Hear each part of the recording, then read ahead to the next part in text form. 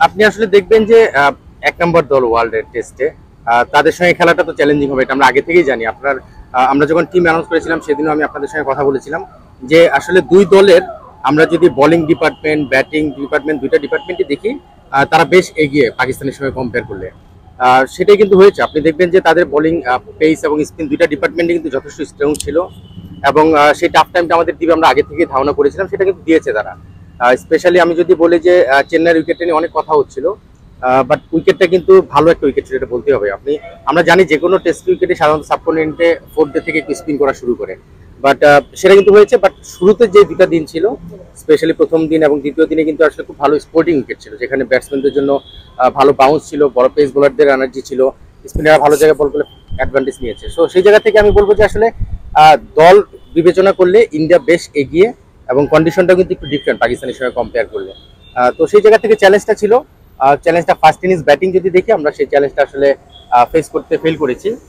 But second ইনিংসে কিছুটা recovery করেছি, আমি বলবো না যে খুব ভালো করেছি, বাট সেকেন্ড ইনিংস ব্যাটিংটা কিছুটা রিকভারি করেছে, অন্তত ব্যাটসম্যানরা কিছু কিছু ব্যাটসম্যান কনফিডেন্স পেয়েছে।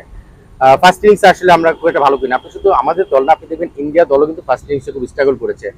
আশ্বিন জাদেজা যে পার্টনারশিপটা গুলো সেটার উপর বেস করে তারা একটা ভালো ভিত পেয়েছিল। আদারওয়াইজ আমার মনে হয় যে ইন্ডিয়া দল হিসেবে যদি দেখি, পাকিস্তানের চেয়ে বেশ এগিয়ে এবং ব্যালেন্স একটা দল ছিল। ওকে, আরেকটা কোশ্চেন আমার, সেটা হলো যে আপনার যখন আমরা জানি যে 514-15 রান চেজ করা সম্ভব নয়, তখন আমাদের প্রেশার নেওয়ার কিছু কি ছিল আসলে আদৌ? আসলে এখানে যদি আপনি দেখেন, উইকেটের ক্যারেক্টারটা রিড করতে হবে, কারণ আমরা যদি ম্যাচের ভিতরে ঢুকে যাই, তাহলে দেখবেন যখন স্পিন করা শুরু করে উইকেটে, তখন কিন্তু আপনি ট্রেডিশনাল যে ব্যাটিং টেস্ট ক্রিকেটে যেটা আমরা করি, একদম ডিফেন্সিভ বা একদম উইকেটে থেকে যাব, মাটি কামড়ে থেকে যাবো, সেটা অনেক সময় চ্যালেঞ্জিং হয়। তখন কিছু শর্ট স্কেলে সেটাকে বলারদেরকে কিছুটা ব্যাকফুটে ফেলতে হয় বা তাদের সেকেন্ড থটে নিয়ে যেতে হয়, যেটা আপনি দেখবেন সাকসেসফুলি শান্ত করতে পেরেছে। শান্ত কিন্তু বেশ কিছু ডিফারেন্ট টাইপের শর্টস খেলেছে, যেটা টেস্টে সাধারণত আমরা কম দেখি, যে sweep, reverse sweep, even down wicket যে শর্টস গুলো খেলা।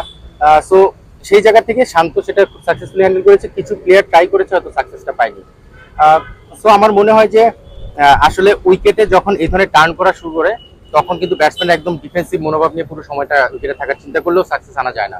তো সেই জায়গা থেকে এই ধরনের কিছু ব্যাটিং অ্যাপ্রোচ আমরা দেখেছি।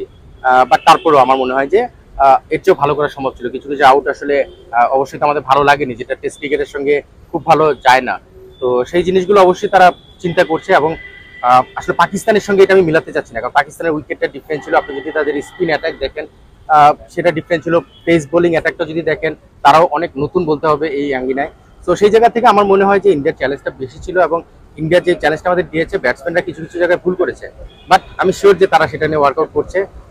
নেক্সট ম্যাচে হয়তো তার চেয়ে বেটার কিছু করবে ইনশাল্লাহ।